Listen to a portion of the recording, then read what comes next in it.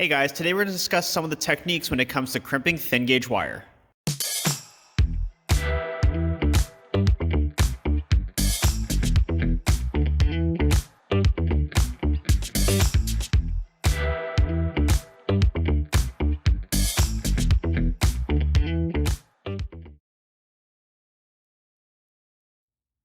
Now in today's video, we're going to go over simple connections that I do in the shop typically when it's just hooking up to relays or when we're going to do grounds. This is typically the only reason I'm going to be crimping. I don't use butt connectors, but we are going to go over that.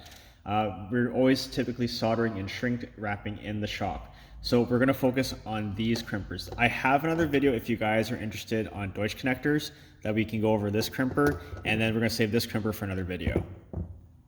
Now we're first going to go right after the butt connector.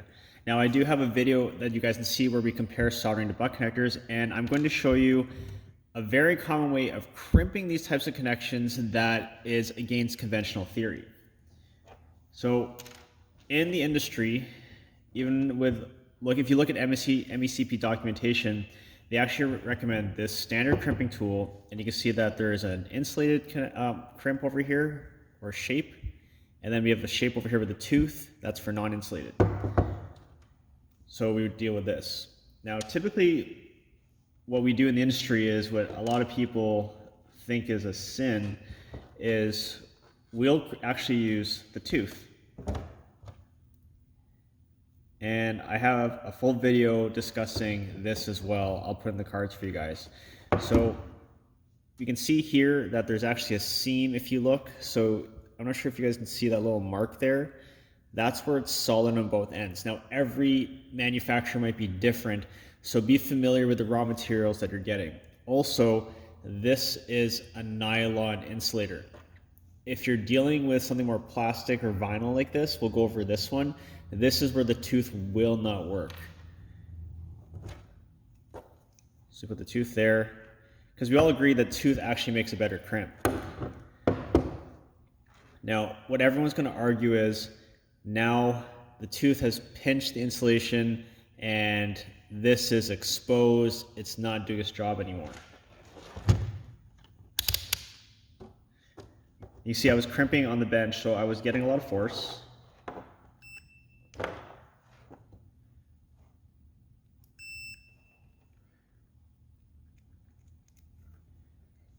Now on one end of the connector, and this is where I crimped.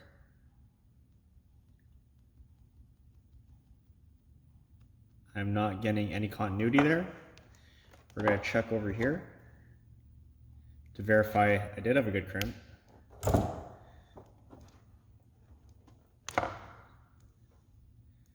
So I'm in the connector there.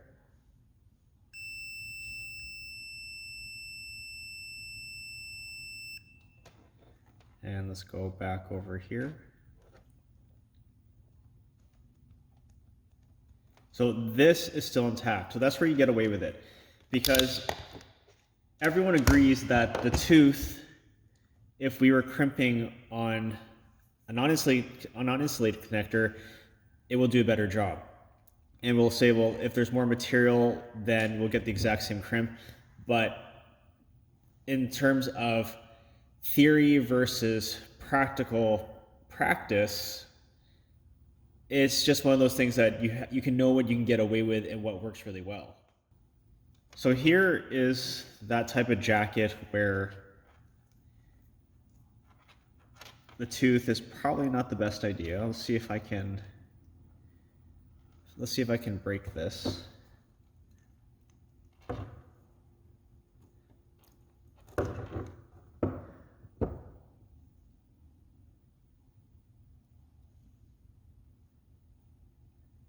So it doesn't look like I broke the jacket, but that's typically what happens. Let's see if I can.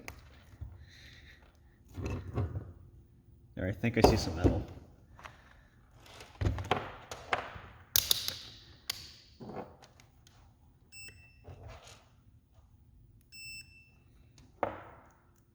So with the cheaper material, the tooth will break it. There we go. So we're getting we're getting continuity there.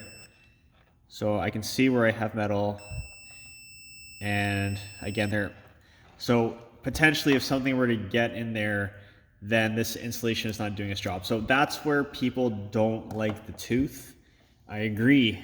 Don't use the tooth on this type of insulation. If it's nylon like this one, it's perfectly fine. So what you'll see us do typically when we're going to wire up a relay, for example, we can make a compromise if we want looks and we are also concerned about that insulation breaking. So one thing that we can do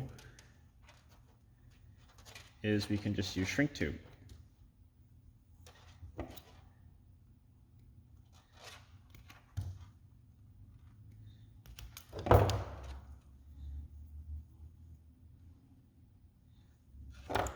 Another thing you guys can do is if you're using connectors, so let's say I am going to use a single wire here, but then two wires have to go together onto another prong on my relay.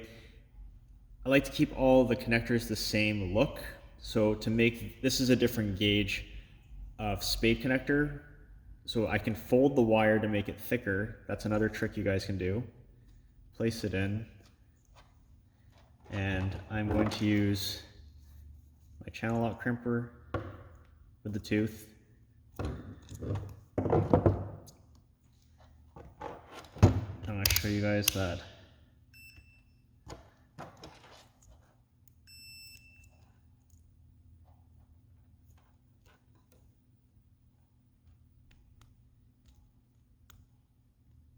Nothing has been broken, so we don't have to do the stage, but let's say you just don't like the look of this. So we can do this and use a heat gun or a torch, whatever you guys want. Heat gun does a better job, especially if you're using shrink tube that has glue in it. If you're going to use an open flame, keep your distance away. So that is another option you guys can do. So if you had to use the other style, then if you put shrink tube over as a jacket, it's going to look better. And it's going to then re-insulate that. And then you can place it on.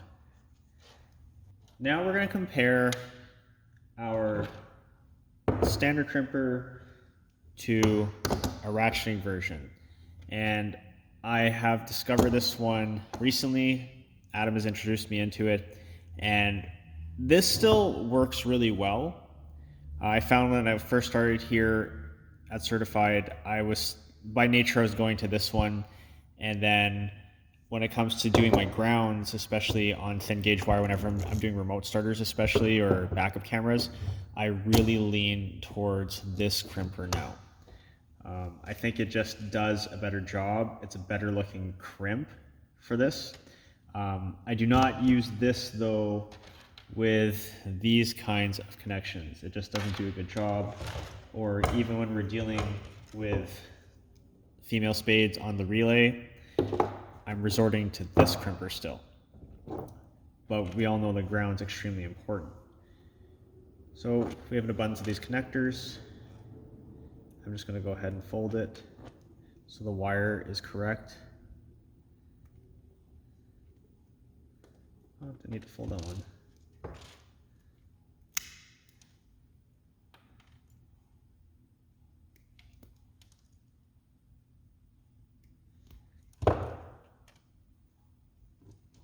And when you are stripping back wire, you can have it protrude a little bit, but you don't want it out to here because there's usually a fastener that has to go in this spot, and you don't want the fastener to hit the wire because it's not going to do a good job making a connection to the metal. So we're going to use our standard crimper right now.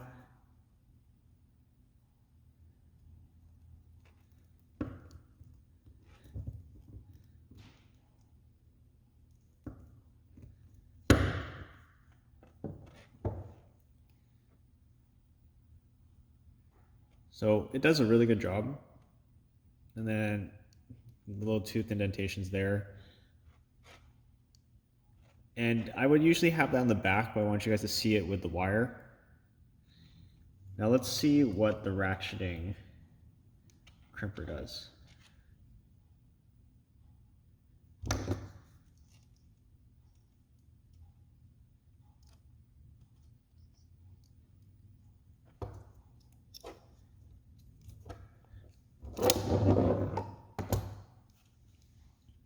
See this in focus.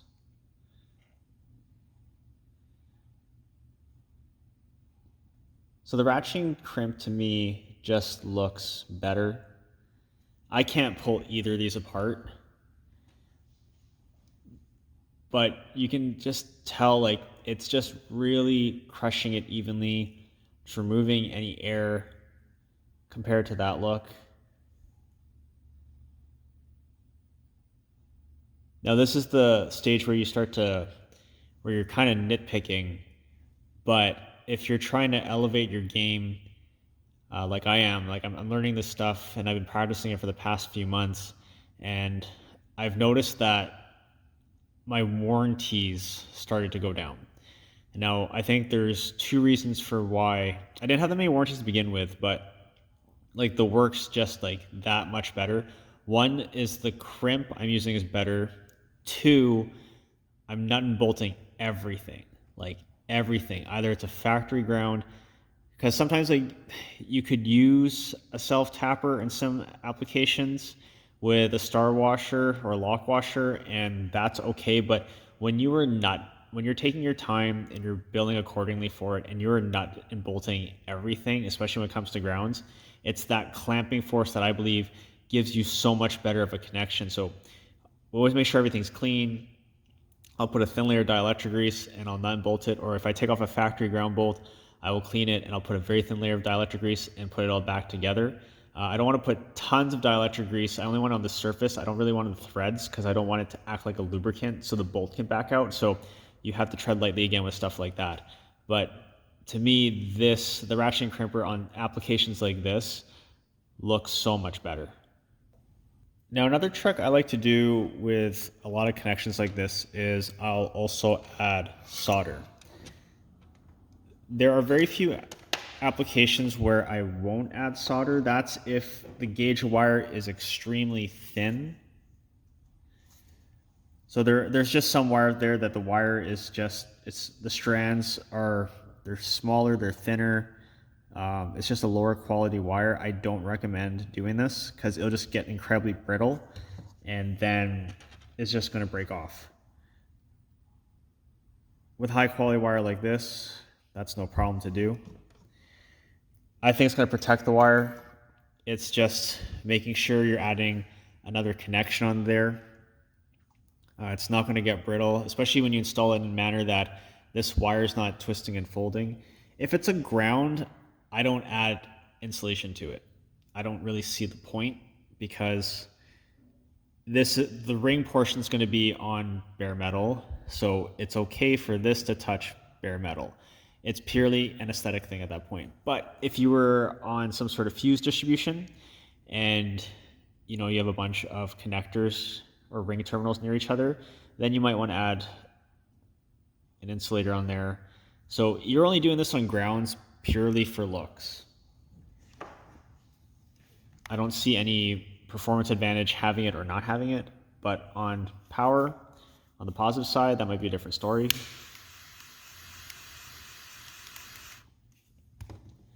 So that is another way you guys can finish off these connections and have that look. And depending on the application, that might be necessary.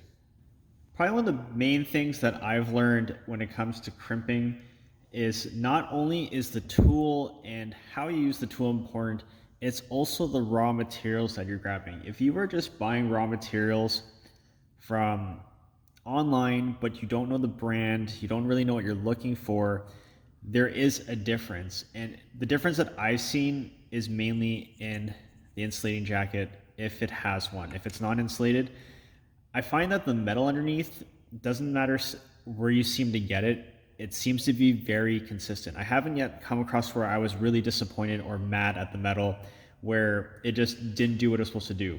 It's usually the installation that you have issues with. Also understanding that there are different sizes when it comes to gauge a wire and the types of connectors that you can get. So you can have the best tools in the world and use really good techniques, but if you are mismatching the raw materials with each other, you still are not going to have an optimal connection. So these are things that you have to practice and really test. And connector quality does make a huge difference. So we can see here, these are two female Spade connectors, but look how they're designed differently. One, the insulation jacket is a different material. So this is more plastic.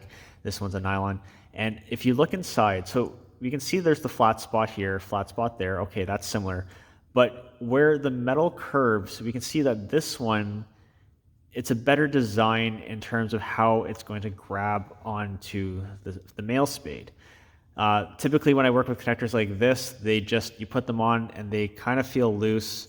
And then what do you end up doing? You either grab, some pliers and then you're squeezing it, or because you already had your crimper in your hand, you're doing this and then you're biting into the insulation. I've done it. I've seen lots of people do it, but you shouldn't have to readjust these when it goes onto a device like a relay like this. I just refuse to use connectors like this, because if I'm making adjustments like that, it's taking up time. It doesn't look as good when you could just use one like this, crimp it once, put it on, you're done, and you set and forget it. You never have to worry about it. Well, guys, I hope this video helped you out. This is something that I practice every single day. Whenever I'm doing dash cameras, backup cameras, remote starters, security systems, auxiliary lighting, when we're grounding it, we're doing something like this, or I add relays on every single one of my backup cameras. This is a crucial step. It seems really easy, but knowing now that there are different tools at your disposal, there are things to consider when you are choosing your raw materials, it's going to make your job that much better.